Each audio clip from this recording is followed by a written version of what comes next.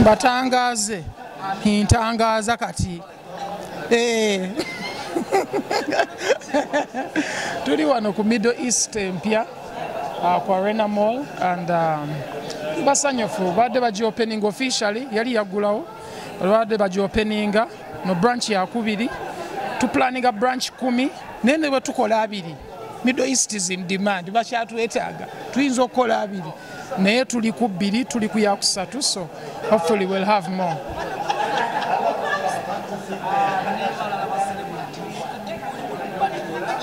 Marketing basically nza pushing a restaurant giteekayo abantu babere nga bagiraba ate eyambye kinene nnyo nange because ndyayo almost every day bokitegeera breakfast yes ndyayo nati nkeerayo ku makya, that's where I do my breakfast. Nati bwe mba nva ku gym ku makya wempita cause gym yange eri Ntinda, so bwe nva Ntinda ku gym ngenda straight nentuuka ku Middle East eri kumpi awo then nendya breakfast ngeera boss nemala nenvaawo nengenda ewaka nembako byenkola then era ne orderinga lunch nensanga ewaka era nenziramu nendya kagala ndya nnyo era kyova olabanga ngezze ndya nnyo banga liwera. I think okuva bwe yaggula I think okutandikira ku birthday ya Brands cause lwe nasooka ogendayo then nensigala nga mpushinga nabo tukola nabo and it's been interesting cause boss yali anjagadde nnyo ngeri content wange gye mukolamu, so he felt like nandibadde enjoyininga mpushingira.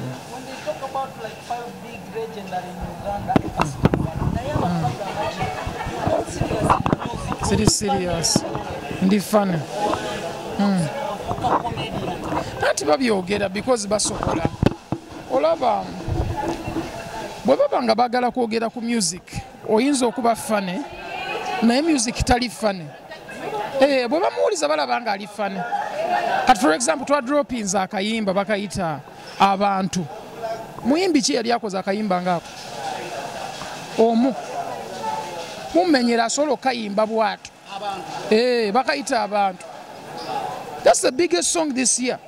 Simanyi nyimba ndala ze muyina muyinza oba nga muyina ya nyimba yimba eyo naye keeko ye Miss Henery tomuyita Miss Henery Miss Henery yenyumira nati naye ayina ebimunyumira kati nange ennyumirwa omuyita Miss nga bwanyumirwa ogamba ennyimba zange ez'okusiiriza mbu nyimba mpola mpola tafaayo kanyimba ezo ne zirinja ziyimba progressinga wa ye muyita banga progress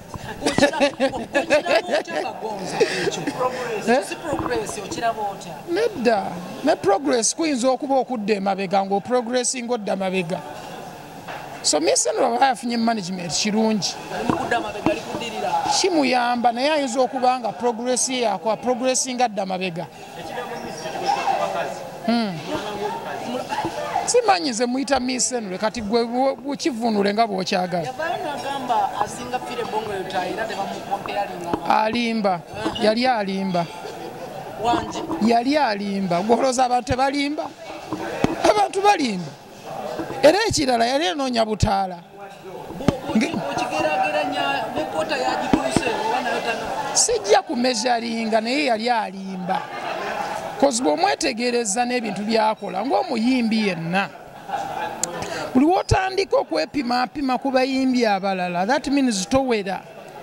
Nze neepima kwani wali ampuliddeko nga ngamba munenkana kamiliyoni mwenkanako ki ndi byange nenga obwoli bwali ebibye kakati buli wotandika okwepima kiringa okugamba omuddo gwe wange gusinga ogwoli neighbor timiza omuddo gwo togwagala nnyo osooka tunulira gwa neighbor osobola okwogera ku gugwo omuntu yenna eyo comparing abo b'owulira awoza mbu simanya nsinga gundi aba talina kyasinga kisookera ddala aba teyekkiririzaamu kyova olaba aba anoonya omuntu gw'okwessaako asinziirira okwo gamba nti yenkana bw'ati alinyira okwo naye kati ffe abeemanyi twepima n'abantu oba omanyi kyoli topapa sina kimpapya.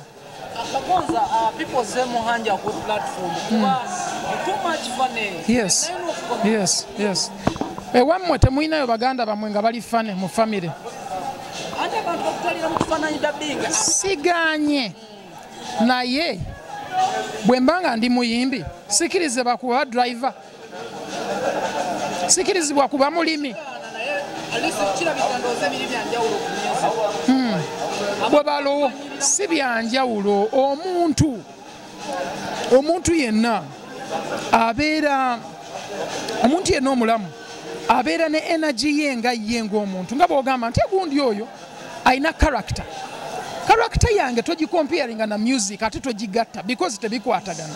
Engeri gye neeyisaamu yanjawulo nnyo ne music wange oba okitegeera cause music nti oba ogenze kukola ki kuyimba then ate bw'obeera ng'oli fane maybe personality that is you ng'omuntu naye guli mulimu gwa kuyimba so ogulaba ku stage mirundi emeka gye ngenda ku stage nenzira mu comedy bangenze kuyimba era ngenda nenkola ki nenyimba. Enyimba zoba abantu bazaagala nnyo batuuka ekiseera ne bafuna nnyonta ya epas tebakufuna na ku stage mukuvuliriramu ate enyimba gyeziri ebivulu kireka tebinjagala bwe banaatuuka okunjagala bajja kumpangisa wangi taata bwe tebinjagala.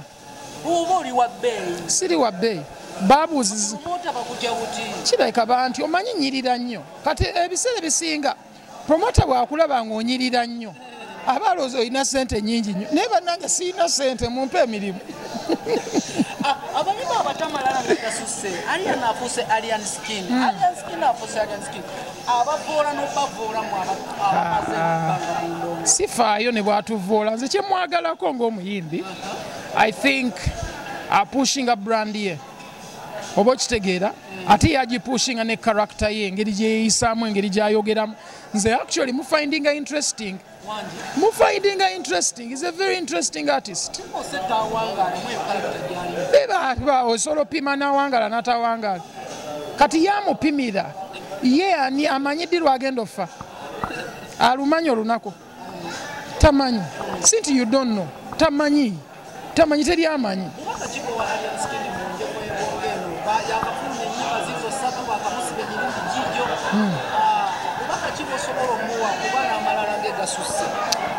Asigaze amalala agakozese bw'abanga kyekimukolera kyaba alina okukola. Omuyimbi yenna aba amanyi reason lwaki akola byakola nekyabifunamu.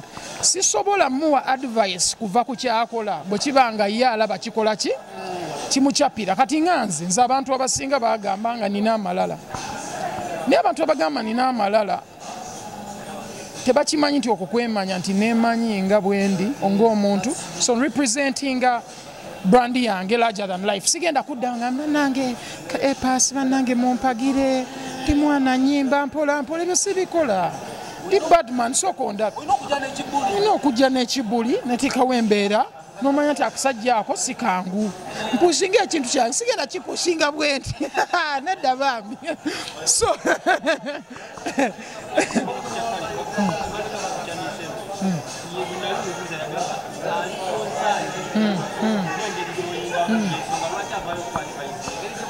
yes ali concerned naye omuntu ali concerned nga alina enamba yange ankubira essimu maama wo baba alina obuzibu naawe agenda ku TV tagendako lwaki nisenwa abakikola mu kulowoozako kyolina osooka okulowooza nze sirabangako buzibu mu bantu bye boogera. The problem is never the question, the problem is always probably the answer. So siraba question nga kizibu ayinza okwestioninga judgment yange ya music kigwe releasinga nsobola omugamba nina plan yange that is the answer bwabanga kya questioninga because kyalinga agamba nti music gwokola oyo wakitofulumyamu oli ng'oli badman tona nja bikola tafaayo ondaba nayo nina pressure nisero tasobola kumpandikira kayimbi nze asobola omuwandikira tayinza kumpandika kayimbi ampandikire Siri Rejula Spice Diana aliwo wanabaddewo. Apanikire Sirire Jula nze muyimbe. Ndaba makayimba nga Sirire Jula. Tokubye lwayita na muyimbe. Sikubye kyengezako gambe yo si sound yange. Ochegeera. Like waliwo ennyimba zasobola owandiika. Kayimba kakikere keyasookerako kali. Sooka owandiika. Omukwano gunyuma nga ompulira nga nyimba ezo. Tubeere serious naawe. Ennyimba zinfaanana. Emyaka gyange giyimba ennyimba ezo. Tamanyi bulungi. Ekintu ekimwogeza butamanya. Nisenwe tamanyi. Nisenwe afuna olunaku. Atuule nange amanye. Ebintu byaliko ebyokwogera ebintu bya ndwandwa abiveeko. Ebyanjwanjwa abiveeko. Ajja atule. Ankubire essimu anoonye waka atuule mu sofa. Yetaaya emuwa amazzi anywa amazzi. Muleetere emmere atuule ali eya Middle East. Pressure wagirekera baani. Pressure. Ehendo ng'esigale ku balala. Kati nga bebeku. Akayimba kalungi. Zina. Ebyo bikuba. Bebekulu kyakuwatikira obuyimba obulala. Yandise ne muwandiikireyo. Wanji? Kakamero bagita kakamero. Gagamero oba kakamero. Gagamero. Wanji? Bato. Eyo bato yakasabuni agenda agikole yekka. Kati ne bandabe ndi ku bato ne Khalifa. Namwe tubeere serious. Bato sana bani. Jay-Z, Drake, 50 Cent, abo betubinsanya mu quality y'omuziki. Solo yimirira wali n'enjogera ebintu n'atyamu. Khalifa ayinza atya ki byatategeera.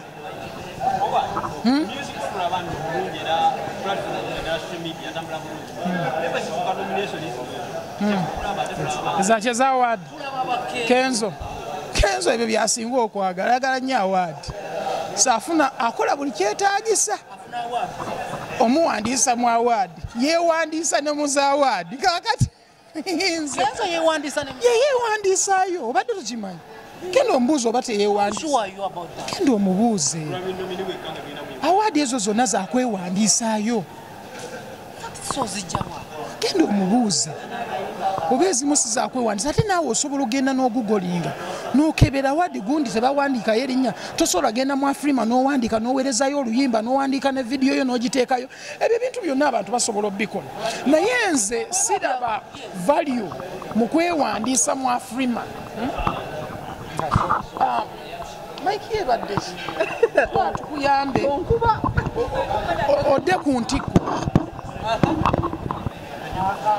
Kakati efumu lino fumu. Kakati omuntu bwagenda neyewandiisa let's say mu Afrima award neyewandiisaayo basobole omukola ki? Basobole omuteekamu alabwe. Mani siraba value ya kintu ekyo. I appreciate, I understand why people do that. Nenze mba njagala award enoonyerezeeko. Epasi, okugamba nti award Eddy Kenzo yeewandiisa tozeetaagirako ddala gwe lwaki tozeewandiisa? Sizeetaaga, engenda kunnyamba ki? Award kisingako abantu owuliza music wange okusinga okufuna award. Because award ne bwe njifuna terina nnyo value gyengattako. Ngenda kuwa example. Nina award mpitirivu by the way, putting all jokes aside. Zempangudde wano so many awards from the time when I was very, very active. Nina award nyingi naye amazima gali nti sikiraba but era ne bwegirako nze kyensinga okwagala music atuuse mu bantu abantu bamuwuliriza kati nga kankubuulire omuyimbi asobola owangula wano award kati nga Kunde nagiwangula simanya wabayitayo wa Kunde evaawa Kenzo yawangula Kunde award Kunde okiwulira mugama gundi Zimbabwe esa award eva Zimbabwe Kunda awadi ebanga Palma awadi yagwa kati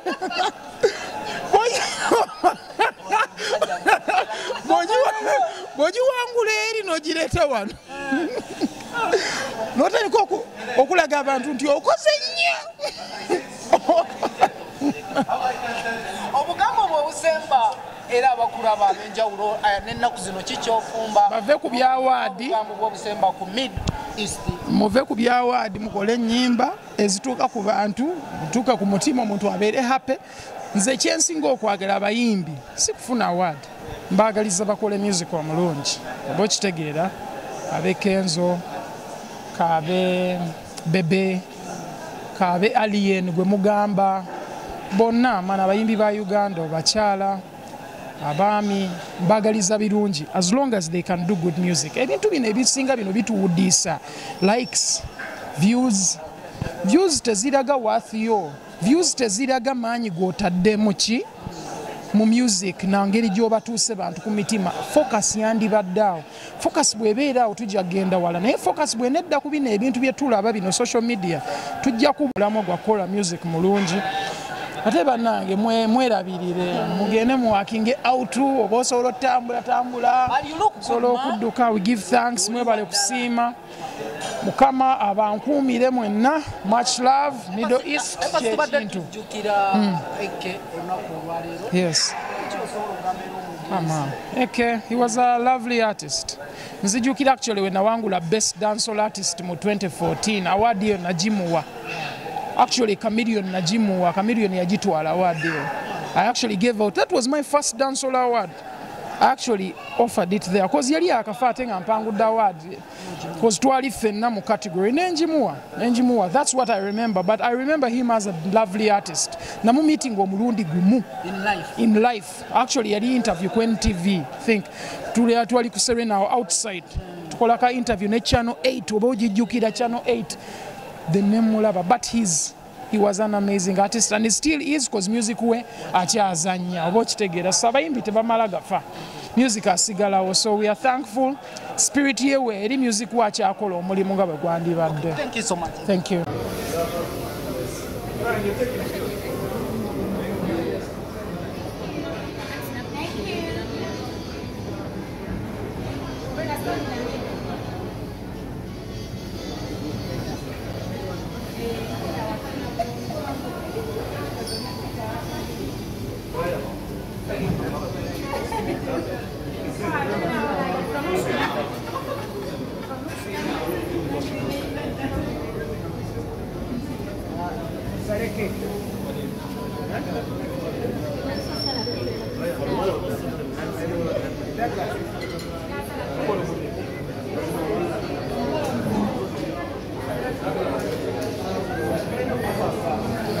No, but keep them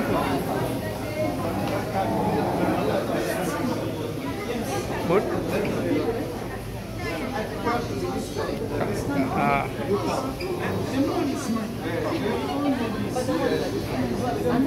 I think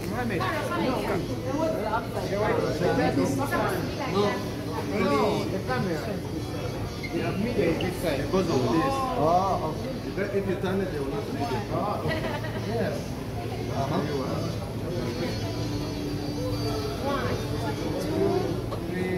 Congratulations.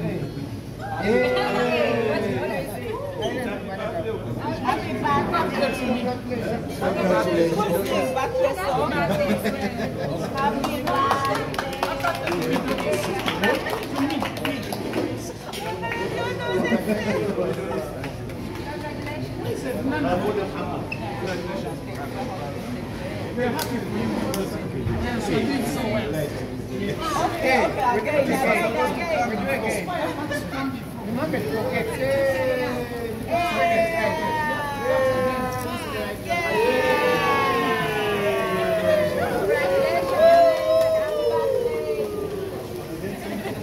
Thank you so much. Thank you so much for doing this. This is good. We are big and the demand is big, so we decided we need to open up a new place. And the money is too much. Because Middle East wants to spend on you so that you eat good food. Okay? So enjoy this cake through the screen. Those of you who are watching, Bitiisa amaaso.